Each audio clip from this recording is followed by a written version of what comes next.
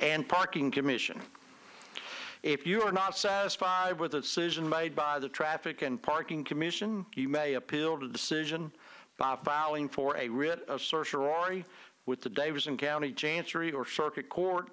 Your appeal must be filed within 60 days of the date of the entry of the Commission's decision.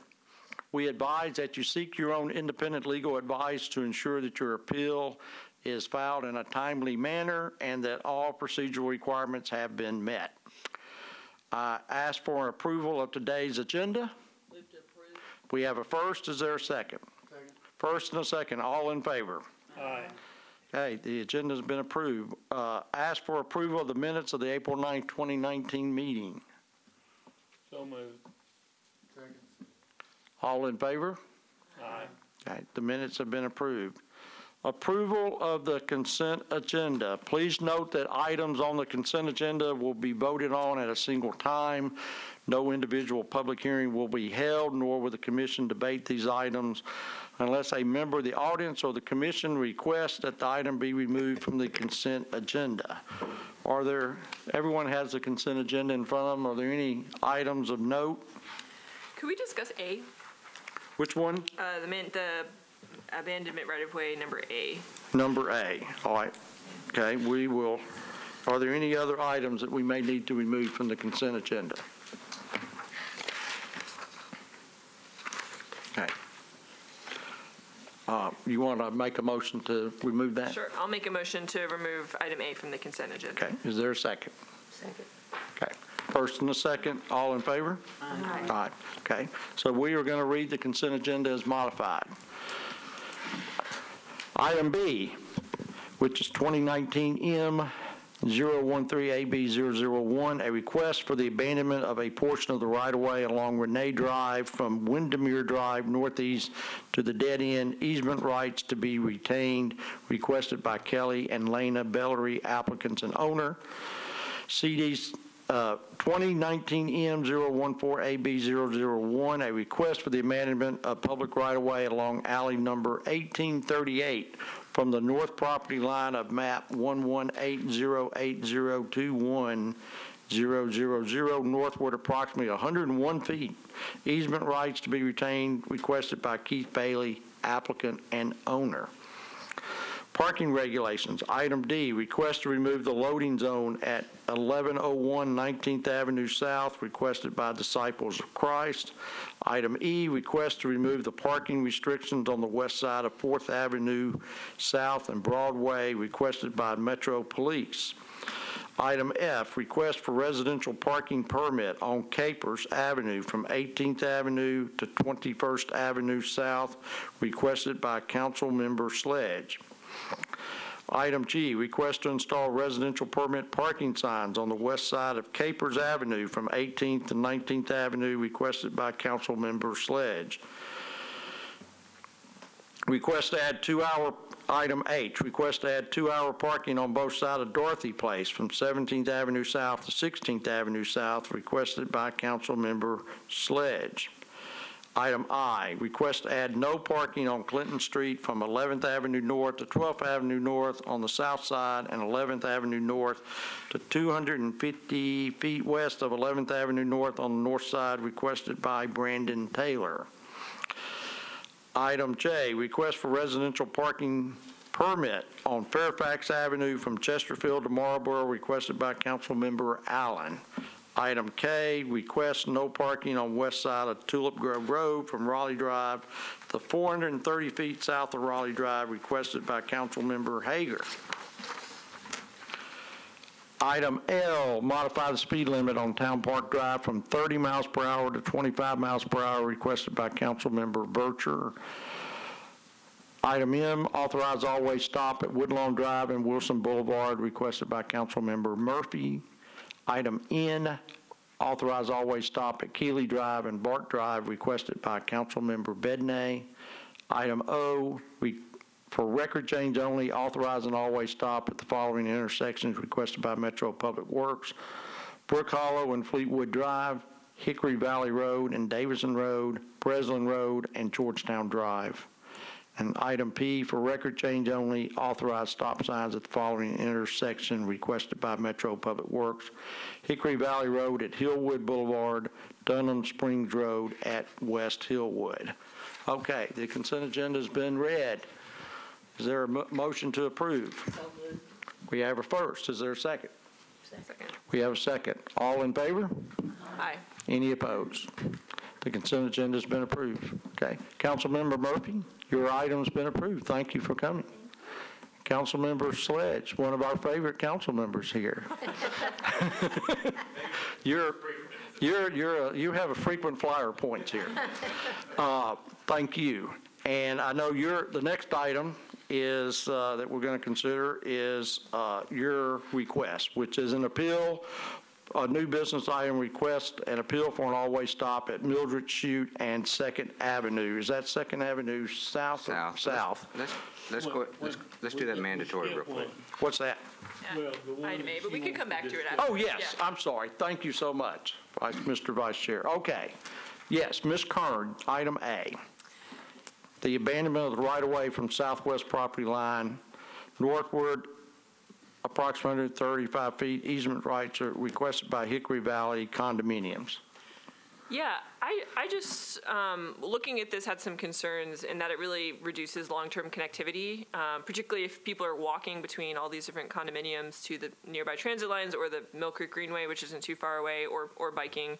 Seems like this is the only really potential way to get through by foot without having to go over to really busy major streets. So was just curious if there were any plans to maintain that connection, because it seems like it would be really potentially valuable long-term. Where exactly is that? No. Well, right where Ash Grove and Country Drive are, zoom in, Corby, if you don't mind, all the way, almost all the way. See the white lines that break? Yes. Commissioner Kern is correct.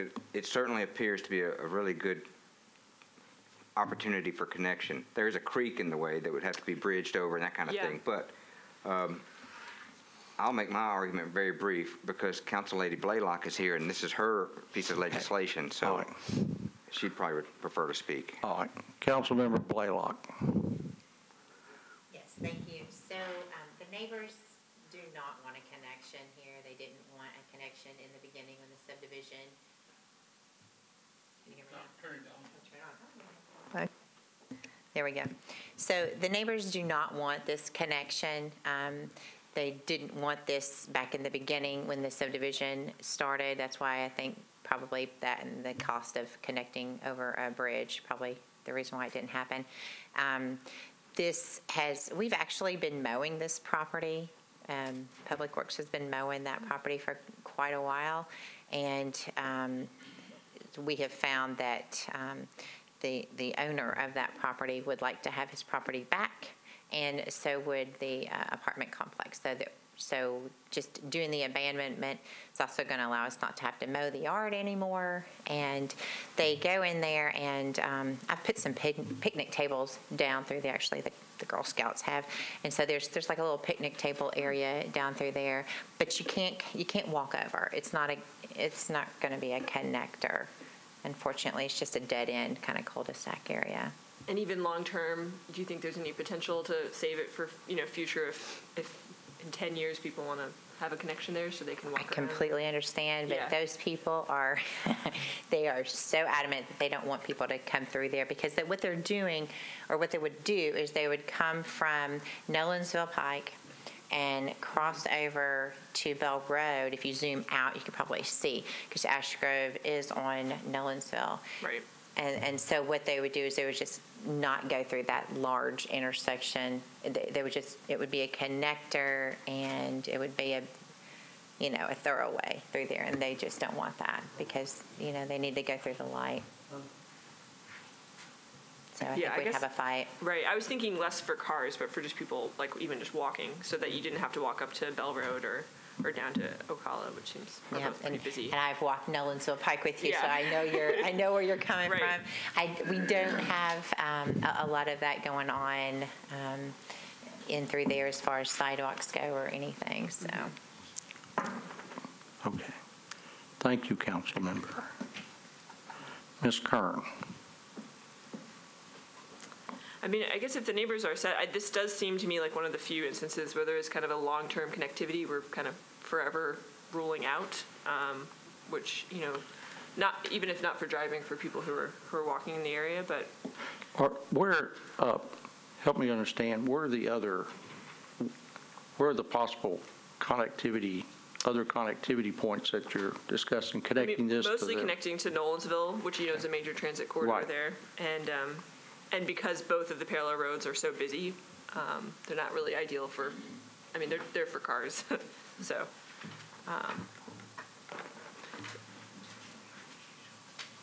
but I suppose, I mean, people are walking might just walk through the parking lot of that condominium there anyways, so.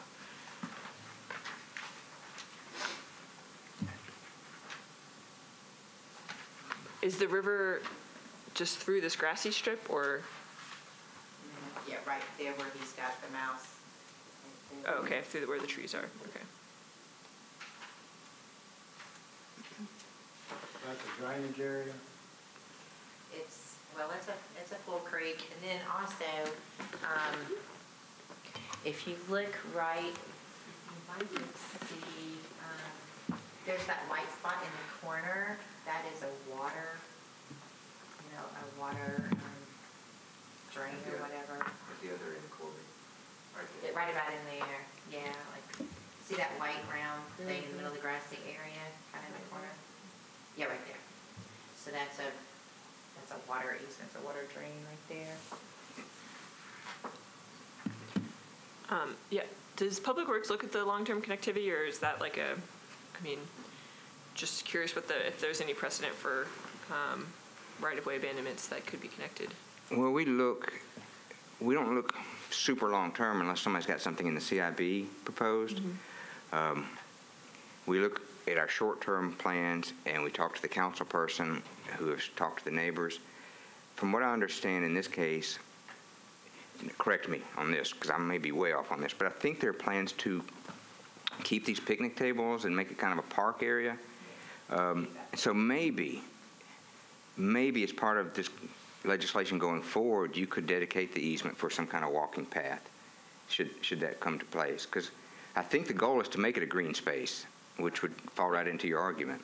Okay, yeah, well, in that case, I mean, it just jumped out, and I had someone else reach out to me about it, so. Totally agree. Yeah, it'd be a pocket park. Pocket park. Yeah, That's what they call them. so, okay, thank you for answering the. All right, so Ms. Kern, you going to make a motion? Sure, I'll move for approval. Okay. We have a first and a second. All in favor? Aye. Any opposed? Okay, it is passed. Council member, thank you for coming. Appreciate it. Okay. All right. Thank you, Mr. Vice Chairman, as always.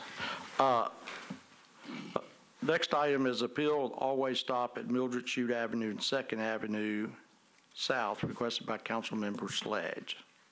Councilmember Sledge, we'll ask you to step forward. Thank you. And I'm happy, actually, I think there's data you're going to see that I don't know that any of us have seen yet, so I'm happy to wait and Chip if you want to do your. We can all go through it together because it's pretty new to us, too. Perfect, okay. So first thing we always look for in the engineering world is the distribution.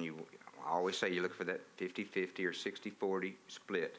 So at the top of the screen, this one has a 91-9 split. Little red flag for the engineers involved because you're stopping 10,000 people for 1,000 people. You know, you've heard that argument before. Sight distance is fine. Now, what you're probably going to hear through some testimony is about a couple of collisions that have happened out there. And when you have 3 lanes going in the same direction, like 4th Avenue or 2nd Avenue, you have a lot of side swipes. Recently, we've put out some extra markings in this very area to help with the side swipe problem. But the collision you're going to hear about today is a right angle collision from a westbound vehicle crossing from Mildred Chute across and got hit and knocked into a fence. But so there's a concern about the distribution. There's a concern that the stop sign might not necessarily take care of the side swipes that are happening along this roadway. In the AM distribution of 93 to 7 and 92 to 8 in the PM, it's just way off the range from where we like to go with stop signs. In addition to that, KCI has run a delay study for us.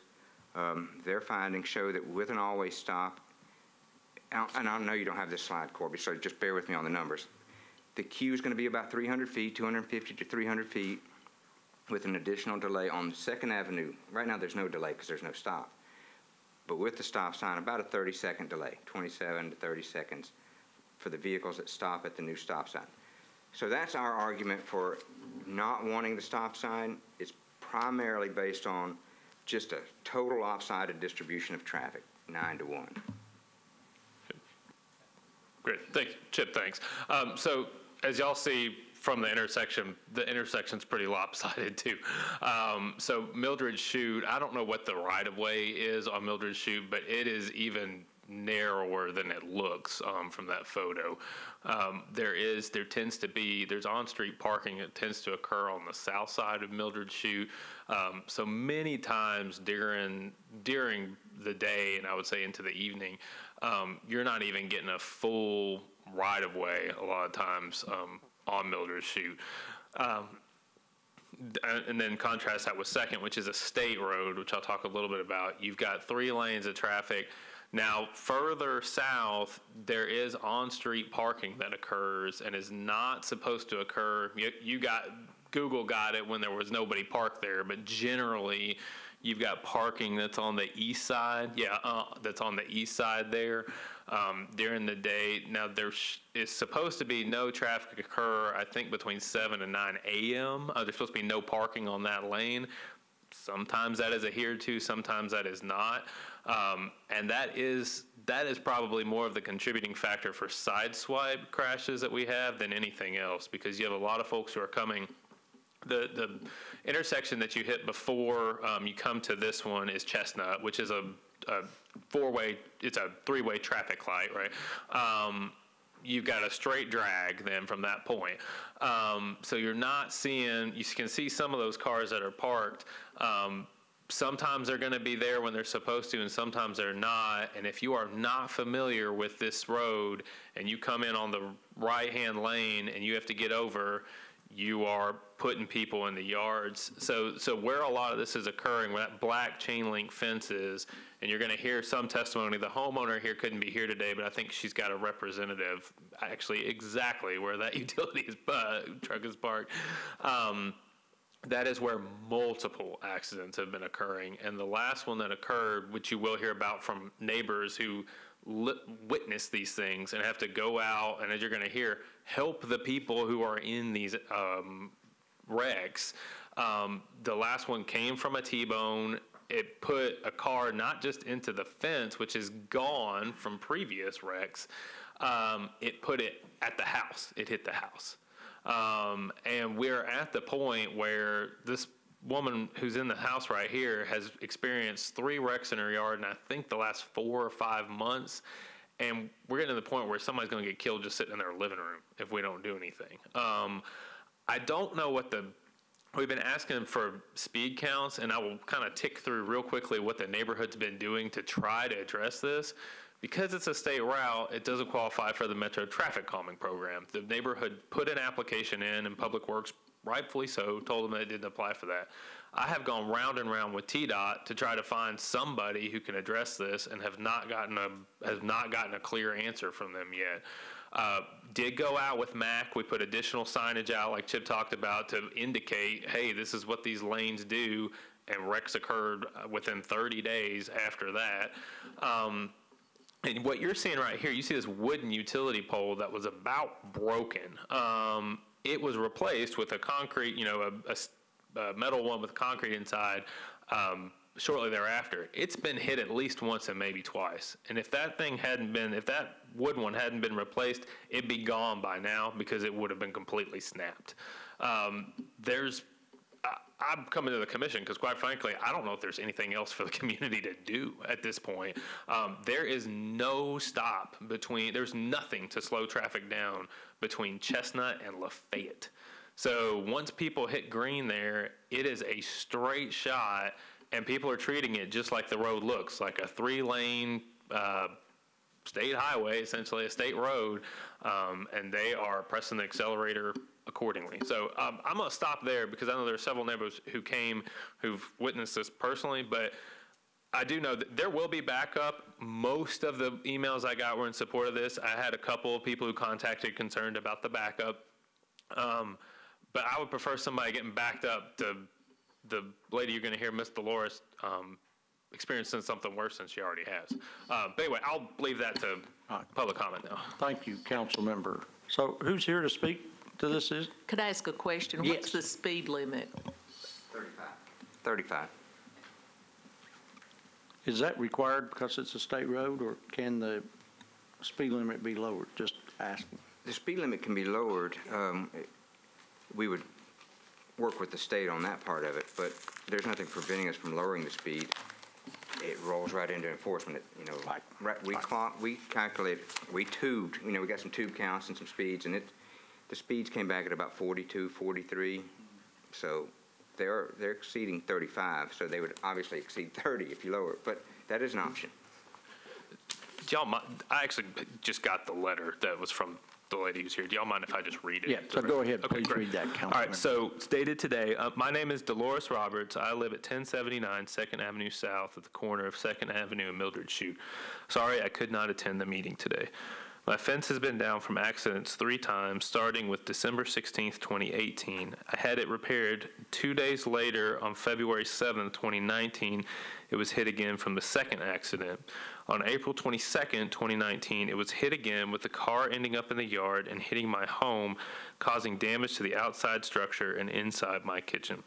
There has to be some solution to fix this. I'm afraid someone will be killed. I'm afraid to let my grandchildren play outside. Thank you, Dolores Roberts.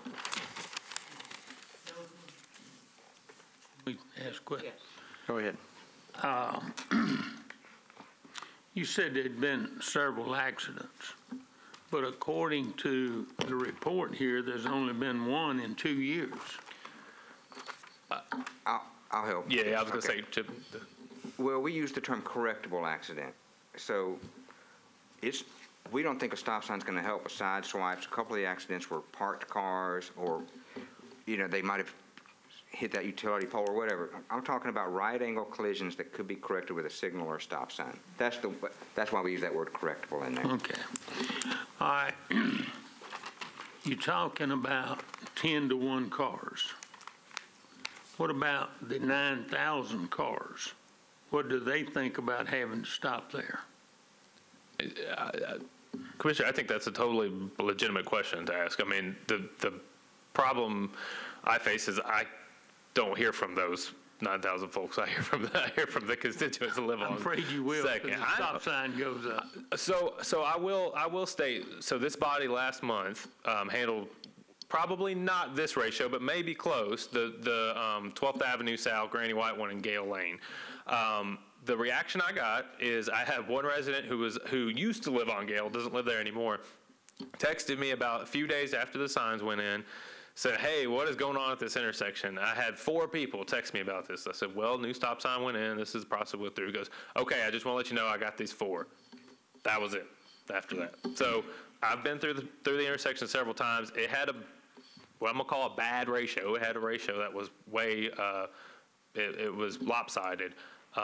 But since then, I haven't gotten the bad ones that I get, which is, hey, I just watched another accident happen. But I totally understand what you're saying. Well, do you think it would help if the speed limit was reduced? I do not, because I don't think people aren't paying attention to the speed limit as it is. We have a particularly odd issue here in that this portion is right at the tip of South Precinct. And South is great, and they're responsive, but this is almost the furthest point possible from the precinct, and so it makes it a little more difficult to get additional speed coverage out there, just on a regular basis, is what I mean. So I don't think people are going to pay attention to a lower speed limit, to be honest. Well, if it was a 60-40 ratio, I could understand that, but when you're talking about 90 and 10, it's going to be hard to justify that. And I understand where you're coming from, but you're talking about stopping 10,000 cars. And that- It's that's gonna it's be a worth it to problem. me, to be honest. I know what you mean, but it's worth it to me. But that's all I've got. Okay, thank you. Yeah. Is there anyone else here to speak about this? Yes, please step forward, state your name for the record. My name is Brian Knock. I live at 1106 2nd Avenue South, and I also own a property at 1104 2nd Avenue South. I've lived in this neighborhood for 4 years. I am the person who, on behalf of other neighbors, helped to organize the traffic calming application that we submitted around the deadline in January. My understanding, even from looking at traffic data, is that there are only 9 reported accidents at this intersection between the years 2013 and 2017. But since that time period, or I should say since October 2018, we have responded to personally 5 accidents at this intersection. And that tells me that something has changed. I don't know what that is, but it's clear to me that that has. I noticed that the presentation shows a sight line of 350 feet. I understand sight lines in that I'm an educated civil engineer with a bachelor's and master's degree, and I've taken courses in traffic. I know that as someone who uses this intersection twice daily, I can't see 350 feet when I'm stopped at this stop sign and trying to make a turn. And I think it's important that we look at it from that perspective. I think that when we talk about speeds and reducing speeds, when I anecdotally look at the traffic data from the accidents that I've responded to, I know that we're going to have to carefully monitor those speeds at particular times of day because these accidents seem to happen between, I would say, 8 and 10 p.m. I think what's happening is people are coming through what's a very long green light at 2nd Avenue and Chestnut, and they're on their way into downtown Nashville. They're excited about it. They come around the corner from the railroad tracks. They go down one hill, up another, and they can see clear to downtown. And to them, it becomes a racetrack like the fairgrounds. And they're just going and blowing. And we sometimes hear it, sometimes see it, people going well over 42, which is, I know, the reported average. I don't think the way it's signed right now with no parking, it's signed for no parking between 7 and 9 a.m. We don't see from the data that accidents are happening during those time periods. I do think it would help to have better sight lines, but apparently it would need to happen between 8 and 10 p.m., and I don't think that's a great solution for the neighbors. As Colby suggested, we think that this is kind of the best next solution we have, and that we have had conversations with TDOT. We've tried to do what we can. It's an interesting predicament given the jurisdictional authorities over the road and that sort of thing. We also recognize that stopping 10,000 cars for 1,000 doesn't make a lot of math sense. But when we go out there with the councilmen or other neighbors to have conversations about this, we don't feel comfortable standing on that corner. We have to talk about that intersection from across the street. If we can't feel that that intersection is protected, should we be putting up guardrails or removing sidewalks? I don't know. But it was really uncomfortable for me when we were having a holiday party and we hear this boom from the living room, and we go out and there's cars strewn about the intersection, and one grandfather's just left his neighbor's house to be with his grandkids, and he's taken off in an ambulance, and I'm out there in a yellow vest that I keep in the back of my car with my iPhone flashlight, slowing cars down for 15 minutes while we wait on a police response. So agree, recognize that a 9-to-1 ratio, 10-to-1 ratio doesn't make sense, but we don't know what to do other than to propose a 4-way stop here. Thank you for your time and coming today. Appreciate that. All right. Maybe Mr. Hammond, who's here, can address the issue. Why is this not eligible for the traffic calming program? You could educate the commissioners, please. Right, Jeff Hammond, Metro Public Works. Speaking on behalf of the traffic calming program, that is a residential neighborhood program, and what we try to do is focus those efforts on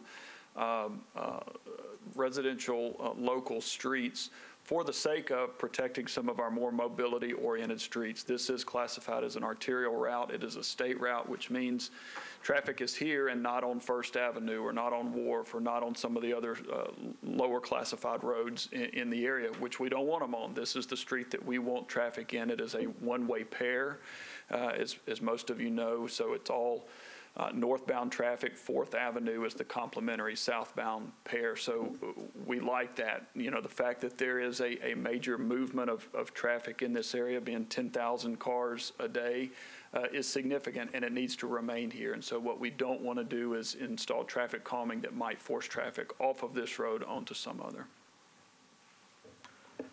Commissioners, questions? Yeah, well, I mean, I think the safety argument here is really compelling, and so I guess I'm just trying to think through. I mean, it sounds like the neighbors have thought through this. Like, is there anything else we can slow cars down? I mean, we don't, without dissuading them from, obviously, if this is where they're supposed to go. I mean, is even outside of the traffic calming program, is there really no option for slowing cars down? Well, I'll admit, this was kind of a rushed presentation for us, because this wreck, I don't know when it happened, 3 weeks ago, a month ago or so? April 22nd was Yeah. the last. So we've kind of put this together, but some of the ideas that we've kind of bounced around are knocking it down to 2 lanes and putting a bike lane there. That's come up with the pair before. The 10,000 cars can fit on 2 lanes, or allow parking 24/7. Putting some flashing beacons there, let you know there's an intersection there. That's still on the table. We can still talk about that regardless of the 4-way stop, but my initial thoughts were put up an intersection beacon that flashes yellow, let you know you're coming up on an intersection. Semi-affordable, if anything's affordable these days. And then have some conversation with TDOT and the council member about the 2 lanes versus 3 lanes, parking versus bikes. There are some things we could do that wouldn't be speed tables and speed humps and diverting traffic through the neighborhoods. Yeah, I mean, my reaction is that we should, it seems like there's a urgent enough issue that moving forward with a stop sign, even if it was temporarily while we pursued the other long-term options with TDOT, since we are not just about moving traffic, but also about safety, I would have a hard time doing nothing right now when we've seen so many crashes in the last 6 months. So that's my. So would you like to make a motion? Unless, I don't know if anyone else has questions or. I was going to ask about rumble strips through there. Do they work or not? They work, but they're loud. I mean, they do what they're supposed to do. They make noise, and people are living right there by them. So we've gotten complaints before. Sorry, I didn't mean to cut you off, Councilmember. All right, any other questions? Ms. Kern, did you want to make a motion? I'd make a motion to put in a stop sign as while we work on the other options, kind of for a long-term solution. Okay. We have a first and a second. All in favor? Aye. Any opposed? Yes. Okay, we have 1 opposed. Okay, the motion passes. Thank you, council member.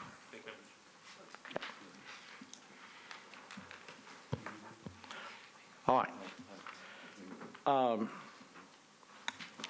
I don't see any other items on the agenda. I would like to say one thing. I think we're 2 floors below.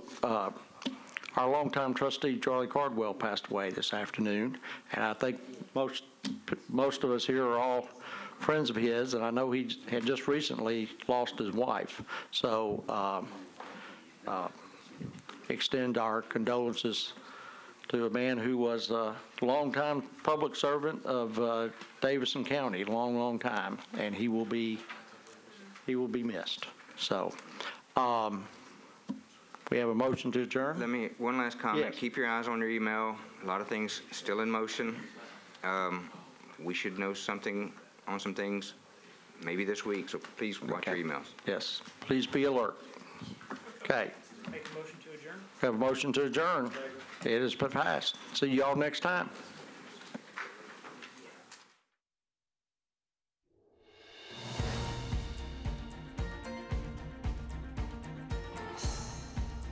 This has been a service of the Metro Nashville Network.